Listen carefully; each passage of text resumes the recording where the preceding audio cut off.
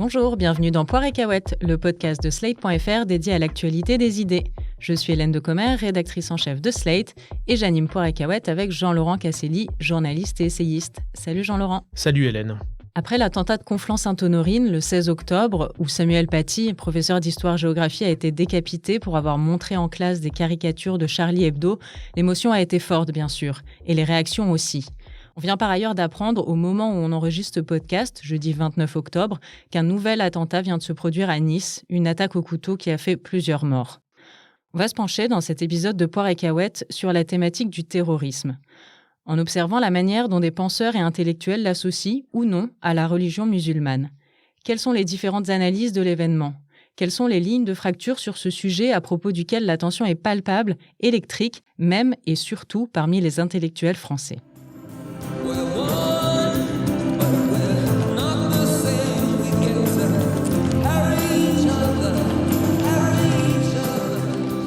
Voilà, on a entendu la chanson One de U2 qui a résonné dans la cour de la Sorbonne lors de l'hommage national qui a été rendu à Samuel Paty par Emmanuel Macron. Le président de la République a d'ailleurs repris cette thématique de l'unité qui est le message de cette chanson en postant sur les réseaux sociaux « We are one », nous sommes unis, comme pour montrer au cas où on n'aurait pas bien compris que la nation devait être unie autour de ce drame. En fait, l'unité n'a pas vraiment tenu très longtemps. On a vite vu rejaillir les oppositions habituelles entre, on va dire, ceux qui pensent que tout est la faute de l'islam et ceux qui pensent que le terrorisme djihadiste n'a rien à voir avec la religion. Alors, l'évolution quand même dans le débat, c'est que depuis 2012 et les attentats de Mohamed Merah, il n'y a plus vraiment de débat sur la dangerosité du terrorisme. Il y a eu plus de 260 morts en France en un peu moins d'une décennie. Donc la question, c'est plus le terrorisme existe-t-il, est-il une menace ou pas ? La question, c'est jusqu'où faut-il faire l'amalgame qui arme intellectuellement les terroristes ? Sachant que la réponse va dépendre grandement de qui on lit ou qui on écoute. Alors, il y a évidemment plusieurs lectures politiques en concurrence dans l'espace public. Si je caricature et que je prends juste les deux pôles, les deux extrêmes, ça va de tous les musulmans sont complices à le terrorisme n'a rien à voir avec l'islam et l'islamisme. Comme le résume d'ailleurs plutôt bien le sociologue François Dubé, dans une tribune publiée dans le quotidien Le Monde, ouvrez les guillemets, alors que le camp de la droite s'efforce de montrer que tous les musulmans sont de fait plus ou moins complices de l'islamisme, le camp adverse essaie de démontrer qu'il n'y a aucun lien entre l'islam et les meurtres commis au nom d'Allah. Alors, du côté de ceux qui considèrent que l'islamisme est une passerelle, on a le politologue Gilles Kepel, une des voix fortes qu'on a entendues après l'attentat de Conflans. Gilles Kepel est spécialiste du monde arabe et il a publié une tribune assez remarquée dans Le Monde. Oui, cette tribune, elle fait remonter le processus qu'on vit une trentaine d'années en arrière avec l'affaire des voiles de Creil en 1989. À l'époque, déjà, on était dans l'institution scolaire et déjà, une affaire liée à l'islam agitait l'institution. Gilles Kepel écrit que la décapitation du malheureux professeur de collège marque une étape nouvelle, car c'est la première fois que tout le processus menant de l'agitation islamiste au crime fanatique se donne à voir avec cette fulgurance. Voilà. Si on reformule, c'est la première fois qu'on voit, peut-être pas une causalité, mais en tout cas, une chronologie assez claire dans laquelle un père de famille alerte sur les réseaux sociaux parce que, selon lui, sa fille a été choquée par les caricatures. On apprendra d'ailleurs plus tard que la fille en question n'était pas présente dans la classe. Deuxième étape, un militant islamiste connu, fiché S, reprend la balle au bond et fait monter en fait la pression sur les réseaux sociaux. Et dernière étape, l'attentat en lui-même. Donc pour Kepel, ça pose la question du dispositif législatif qui doit être adapté, c'est-à-dire non plus se focaliser uniquement sur les attentats terroristes et en fait la remontée des filières, ce travail assez pointu de renseignement et de police, mais plutôt, selon Kepel, s'occuper de ce qu'il appelle un djihadisme d'atmosphère, c'est-à-dire poser la question de l'islamisme dans la société française, au-delà des seuls actes violents qui en seraient un petit peu le point terminal. Oui, d'ailleurs, dans cette même veine de l'ambiance, de l'atmosphère générale de la société, on peut citer une autre tribune, cette fois-ci de Bertrand Delay, et qui est le PDG de la chaîne de télé LCP Assemblée nationale. Alors lui, il a publié une tribune dans Libération le 21 octobre sous le titre « L'assassinat de Samuel Paty, une étrange défaite ». Il écrit « Bien sûr, nous sommes tous charliés depuis les attentats de janvier 2015, à quelques notables exceptions. » Sauf qu'un peu plus loin, il ajoute Dans les médias, on ne retrouve plus l'unanimité qui, il y a 30 ans, nous avait amené à protéger un Robert Redeker ou un Salman Rushdie. Un certain relativisme a gagné. Donc pour Bertrand Delay, il y a une culture de la bien-pensance mainstream, je le cite, et aussi une haine de notre histoire qui conduit à cette étrange défaite dont il fait son titre, une défaite face au terrorisme. Et pour en revenir à cette atmosphère et au rôle que tous peuvent jouer dans la société, lui met en cause les médias directement et il appelle à poser les bases d'une télévision éducative et citoyenne autour de la République. Une sorte de télévision républicaine en fait. Oui, Hélène, tu as abordé la question des médias. On voit que le consensus républicain est en train de s'effriter, non seulement en France, mais surtout à l'étranger, où notre universalisme apparaît de plus en plus comme un particularisme parmi d'autres. C'est pas la peine d'aller jusqu'aux médias du monde arabe pour le découvrir, il suffit de lire la presse américaine. Je signale une tribune que moi j'ai beaucoup aimée, signée de 2 chercheurs à Princeton aux États-Unis, Bernard Haeckel et Hugo Micheron. La tribune s'intitule « Une déroutante cécité américaine face au phénomène du djihadisme dans l'Hexagone ». Alors dans cette tribune, les 2 chercheurs expliquent qu'ils ont noté un rapport de plus en plus distancié avec la liberté d'expression des médias progressistes importants. En fait, note-t-il, il n'y a guère que les médias conservateurs et pro-Trump qui ont parlé de l'attentat de Conflans. Fox News, Breitbart, dans un discours martial et de généralisation, passant allègrement d'islamisme à islam, car cela correspond à leur vision du monde. À l'inverse, outre la place très faible conférée à l'événement, poursuivent-ils, les médias progressistes apparaissent mal à l'aise devant la nature des faits. Il y a plusieurs raisons à cela. D'abord, ils ne souhaitent pas relayer des nouvelles qui aideraient Trump en pleine campagne. Secondairement, privilégier la lecture du racisme systémique de la police. Alors là, il se réfère à un article du New York Times qui avait, dans un premier temps, titré de manière très factuelle « Un homme abattu dans la rue par la police », comme si finalement c'était une nouvelle affaire George Floyd sur le sol français. Alors, face à ces nouvelles préoccupations, poursuivent les 2 auteurs de la tribune, qui définissent désormais de nouveaux canons intellectuels pour une large part de la gauche américaine, la liberté d'expression doit s'incliner devant les faits sélectifs. Alors en fait, ce qu'ils disent, c'est que ce qu'on a reproché pendant des années aux médias conservateurs qui ont fait l'élection de Trump, c'est-à-dire choisir des faits, les sélectionner en fonction de l'orientation politique, c'est exactement ce qui est en train de se passer dans la presse de gauche, en tout cas aux États-Unis. Au nom de la justice sociale, poursuivent-ils, la priorité est à la bonne parole, la correct speech, et non plus à la liberté de parole, le free speech. Pour ne pas heurter une prétendue sensibilité des musulmans, il convient d'omettre la dimension djihadiste d'un acte de décapitation d'un professeur aux abords de son collège. C'est en tout cas l'analyse de ces 2 chercheurs. Je vous conseille aussi la tribune d'Émeric Patricot, parue dans Le Monde. Alors, elle a été publiée avant l'attentat de Conflans-Sainte-Honorine. Elle est titrée « Entre élèves et professeurs, le gouffre du temps qui passe ».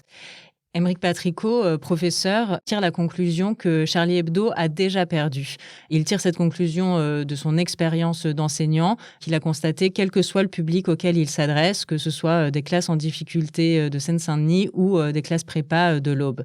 Il écrit « On aurait pu imaginer que ces dernières développent une certaine réflexion sur la nécessité de la liberté d'expression, ses limites, ses brutales remises en cause. Or, pas du tout. » On va s'arrêter maintenant sur un mot qui a surgi dans le débat ces derniers temps, utilisé tant par des intellectuels que par des politiques. Je ne m'excuse pas qu'un parti comme le vôtre, qui a dénoncé pendant longtemps l'opium du peuple, en soit désormais lié avec un islamo-gauchisme qui détruit la République.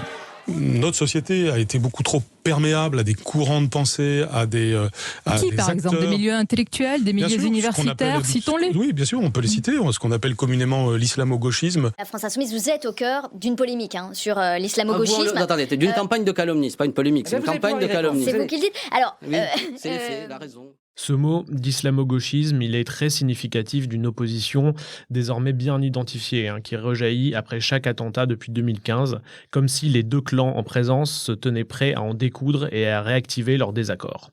On parle souvent des 2 gauches vis-à-vis de l'islam, de l'islamisme, la gauche qu'on dit plutôt Charlie, et une autre gauche qualifiée de Mediapart, pour résumer à grands traits les médias emblématiques de cette fracture, de cette division.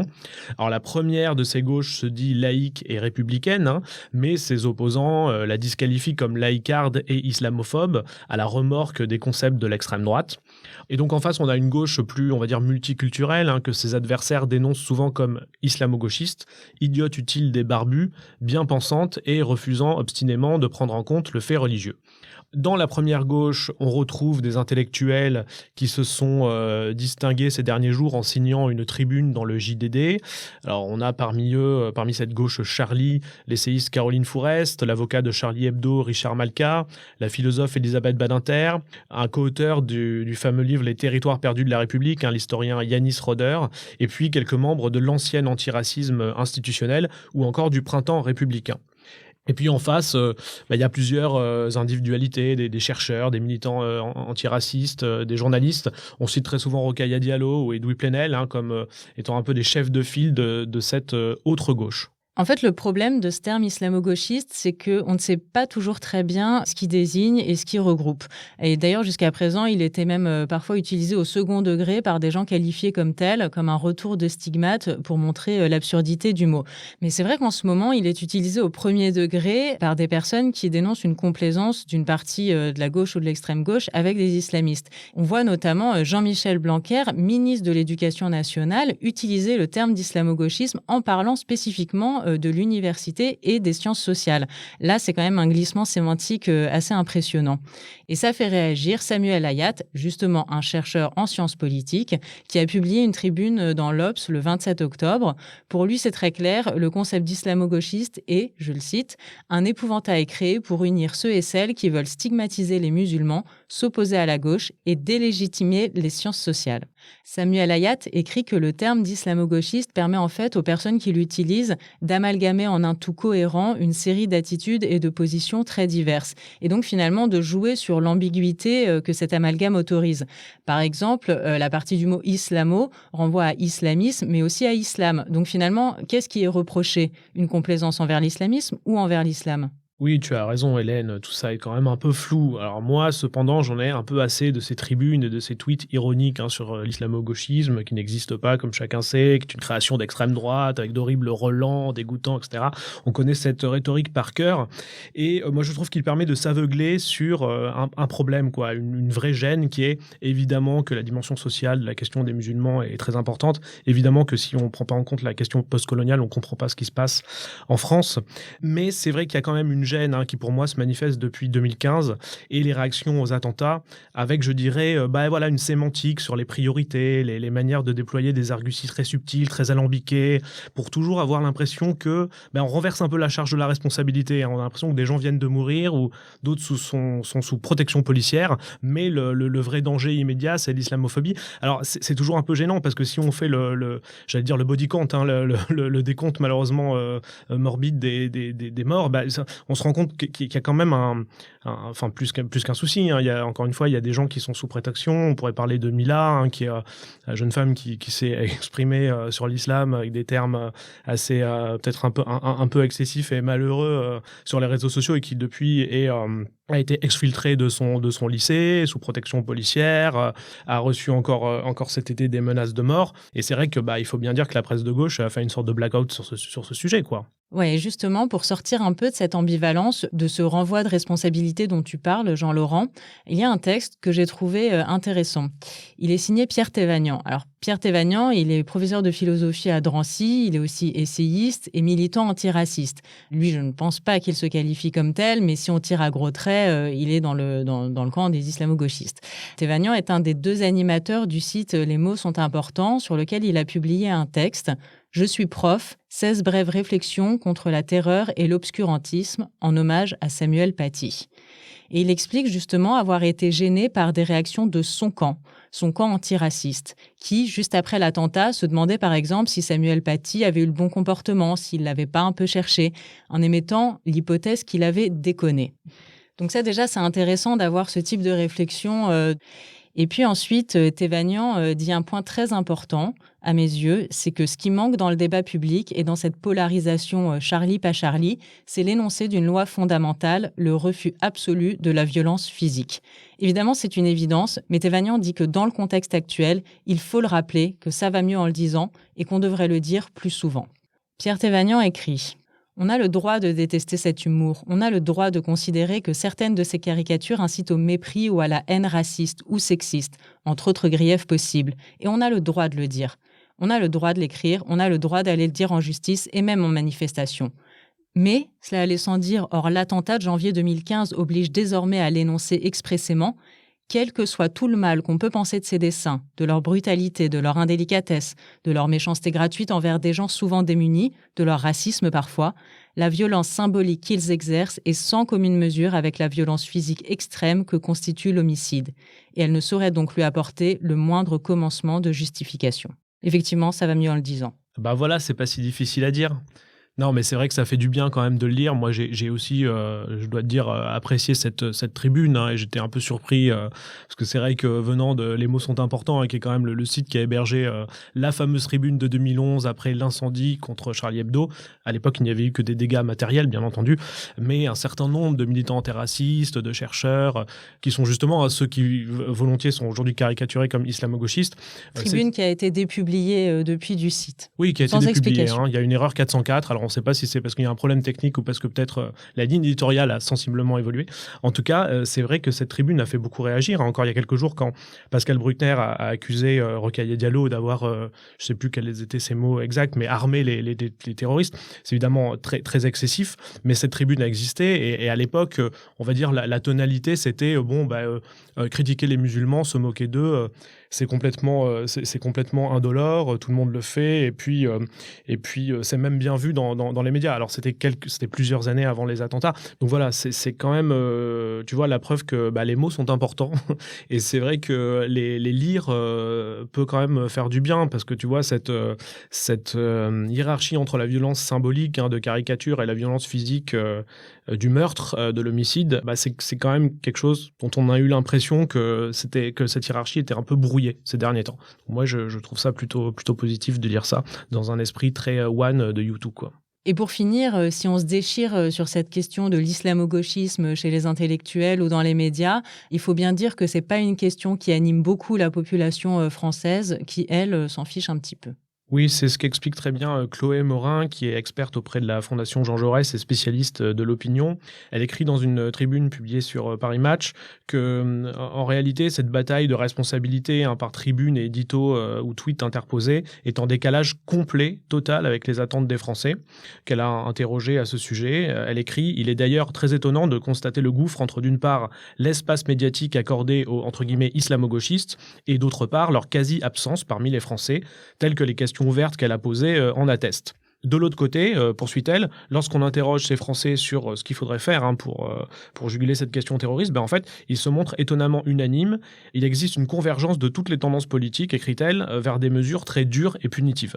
La seule différence entre la gauche et la droite, c'est que la gauche parle encore un peu de prévention et de moyens éducatifs et d'insertion, mais même dans l'électorat de Hamon ou de Jean-Luc Mélenchon, elle a constaté cette convergence plutôt donc vers un durcissement des électeurs. Et c'est la fin de cet épisode de Poire et Cahuète. Retrouvez Poire et Cahuète sur slate.fr ou sur votre application de podcast préférée. Si vous avez aimé Poire et Cahuète, n'hésitez pas à vous abonner, à nous mettre 5 étoiles et à en parler autour de vous.